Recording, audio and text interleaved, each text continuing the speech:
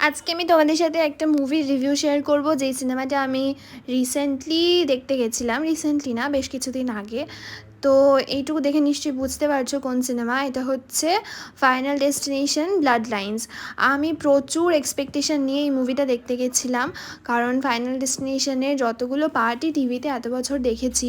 আগে তো এটা একটা খুব বড় ক্রেজ ছিল, ফাইনাল ডেস্টিনেশন যখনই টিভিতে হতো ভীষণ এক্সাইটেড থাকতাম দেখার জন্য যে কতটা গোর হবে, ভীষণ মানে নার্ভ রেকিং। কিন্তু সিনেমাটা মানে দেখার সাথে সাথেই আমার কেমন একটা স্কেপটিক্যাল লাগছিল, আর দেখার পরে তো আমি বুঝেই গেলাম যে কত বড় ভুল করেছি এই সিনেমাটা, স্পেশালি হলে দেখতে এসে। তো যাই হোক, ভীষণই ডিসঅ্যাপয়েন্টেড আমি। কোনো স্টোরি লাইন নেই, কিছু নেই, যা তা একেবারে দেখিয়ে দিয়েছে। অনেক হাই এক্সপেকটেশন নিয়ে গেছিলাম, অ্যাজ আই সেড। তো যাই হোক, অনেকটা সময় নষ্ট করে তারপরে বাড়িতে ফিরলাম।